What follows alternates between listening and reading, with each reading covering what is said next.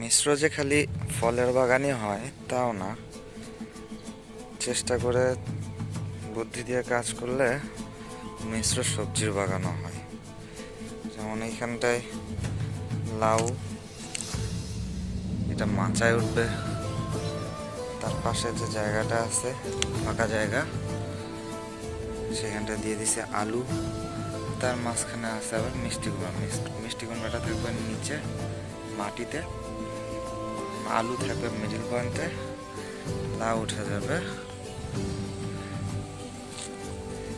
জানলাতে। Side দিয়ে লেবু আছে, তার সাইড দিয়ে পেঁয়াজ আছে, রসুন আছে।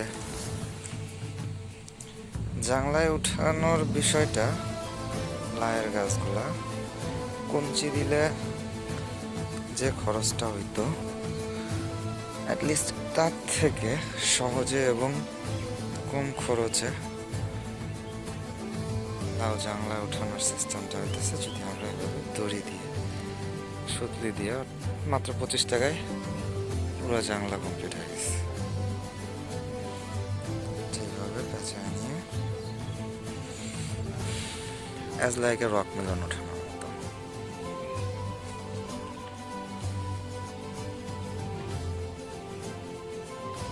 এইভাবে গাছটাকে আটকায় দিবে।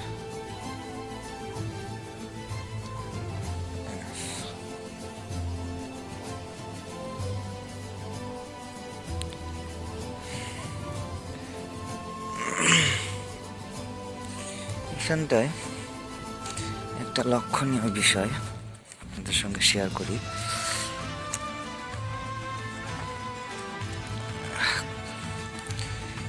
মিষ্টি কুমড়াগুলা লাগানো হয়েছে কিন্তু এই লাউয়ের গাছ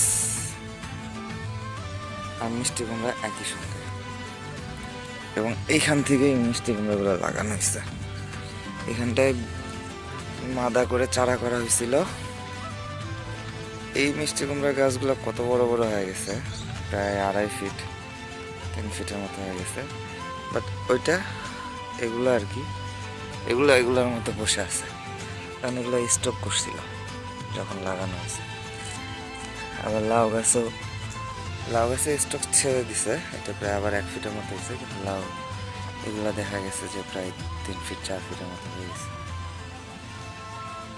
সেদিক থেকে লেসনটা আমার কাছে এই যে চারা কখনো এইভাবে মাদাতে করে নিয়ে ওখান থেকে উঠে আনার চিন্তা ভাবনাটা ভুল। এতে করে গাছগুলো স্টক করে।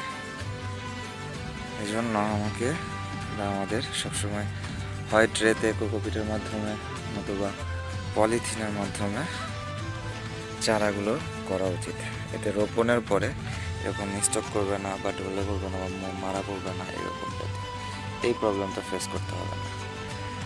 আর এখন সবগুলা গাছ লাউ প্লাস মিষ্টি কুমড়া কিন্তু এই যে এই মিষ্টি কুমড়ার মতোই হয়ে যাওয়ার কথা ছিল, কিন্তু জাস্ট মাদাতে এখানটায় চারা করে নেওয়ার প্ল্যানে আসার কারণে পিছিয়ে যেতে হয়েছে।